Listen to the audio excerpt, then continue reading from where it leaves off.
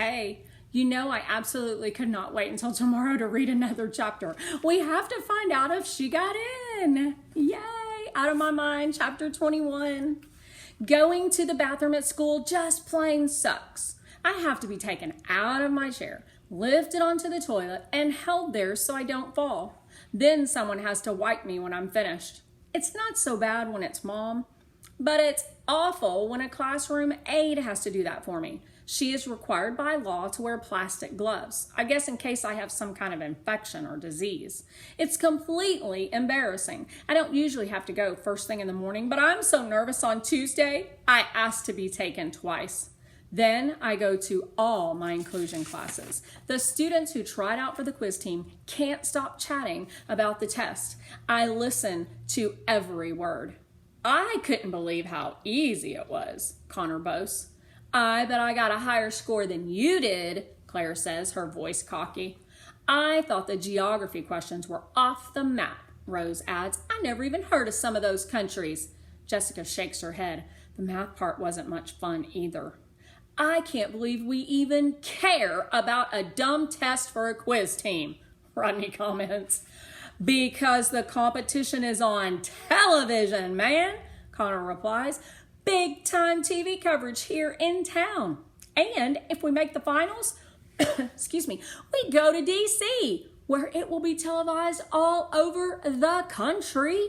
If we win, we get to be on Good Morning America. My grandma in Philly can watch me, and my auntie in Frisco. I'll be famous. What do you mean, if we win, Connor? Claire asks. Don't you mean when we stomp the competition? Good way to think about it. Yeah, for sure. I already bought a new suit for when I'm on TV. Rose rolls her eyes. I thought this was a team contest, Connor, she reminds him. Hey, the team would be nothing without me. Yeah. I listen quietly from the back of the room. When the bell rings to indicate that it's time for Mr. Deming's class, my palms feel sweaty. Catherine pushes me into the room and whispers into my ear, Relax, you rock. Mr. Deming gets the class quiet and takes attendance. Why do teachers go so slowly when you want something from them? Finally, he removes a sheet of paper from his briefcase. I graded your quiz team test last night, and since many of you who tried out for the competition team are in this class, I'm going to share the results with you now. The teachers of the other classes who have students who've tried out have been given the same list and are at this moment reading the results to them. So read the list, Connor shouts, getting up from his desk. If classroom behavior were a determining factor for making the team, Connor, you might be in trouble, Mr. Deming says. Please quiet down for a moment. That shuts him up, and he sits down heavily.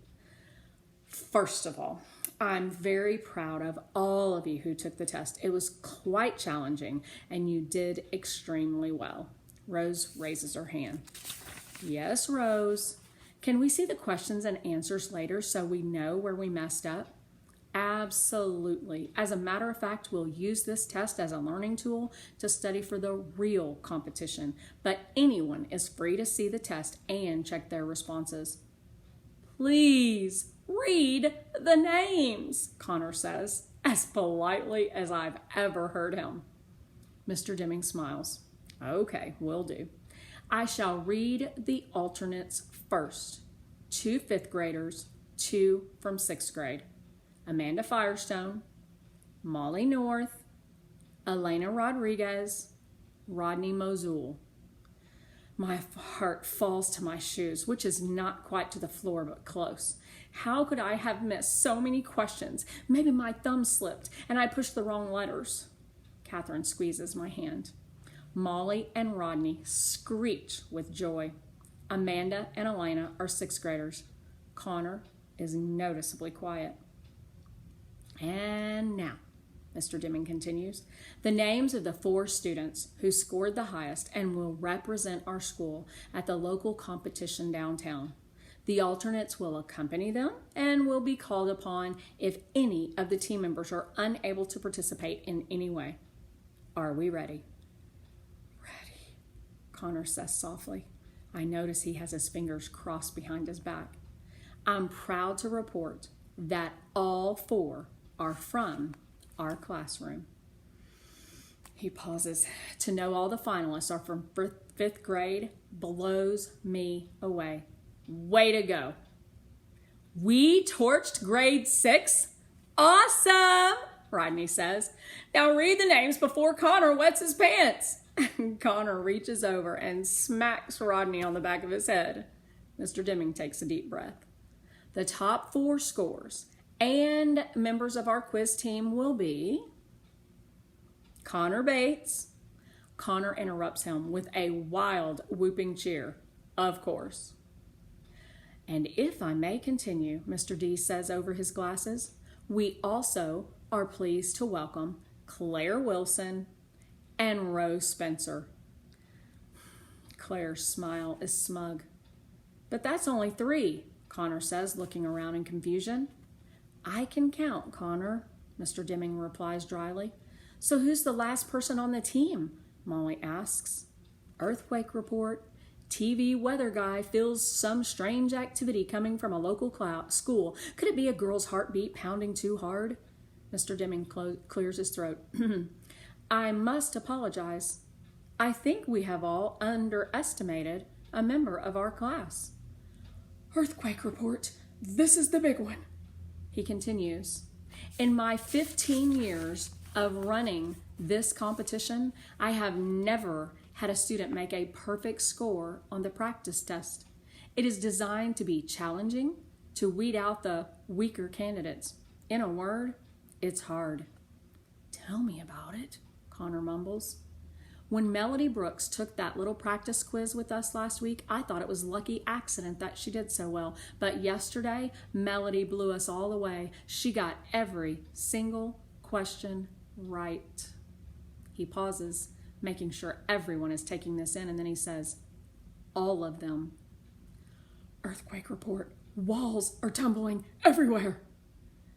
So she's on the team? Rose asks, disbelief in her voice. Yes, she's on the team.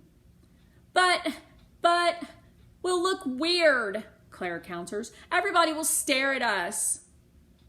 I'm not going to have any of that kind of talk. Do you understand? Mr. D says sternly. I'm very proud of Melody. I regret I underestimated her, and I'm glad to have her on our team. Earthquake report. Call the paramedics. A girl in 5th grade is about to explode.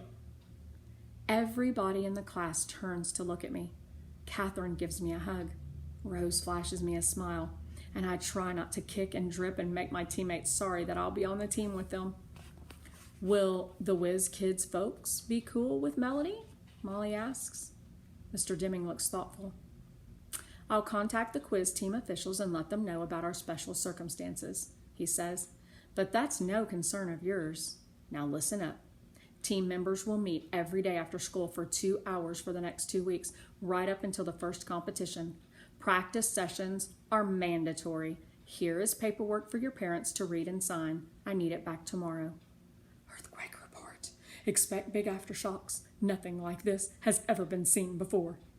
The more I think about it, the more excited I get. Television, pressure, people looking at me. I can feel myself getting tense and tight. My arms and legs start doing the tornado spastic dance. My head jerks. I try not to, but I screech. Just a little. Everybody turns at the sound. I can see Molly and Claire jerking their hands, kicking their legs, and making crazy noises. A few people giggle. Mr. Deming's face grows tight. I aim all my energy at my thumb and point to go. Catherine gets the message and hurries me out of there. I want to find a hole and hide in it. She wants to be so excited. And I love how the author used the whole tornado report to tell us what is going on inside of her and how she's feeling inside. And she could feel that she was about to, when a tornado touches down, it causes a lot of havoc and a lot of destruction. And she could tell, as happy as she was inside, that it was about to happen. And I'm so glad that Mr. Deming admitted to everyone that he underestimated her. So, I'm so glad to know that she made the team. Yay. Now we'll officially have another chapter tomorrow. Have a great afternoon. Bye.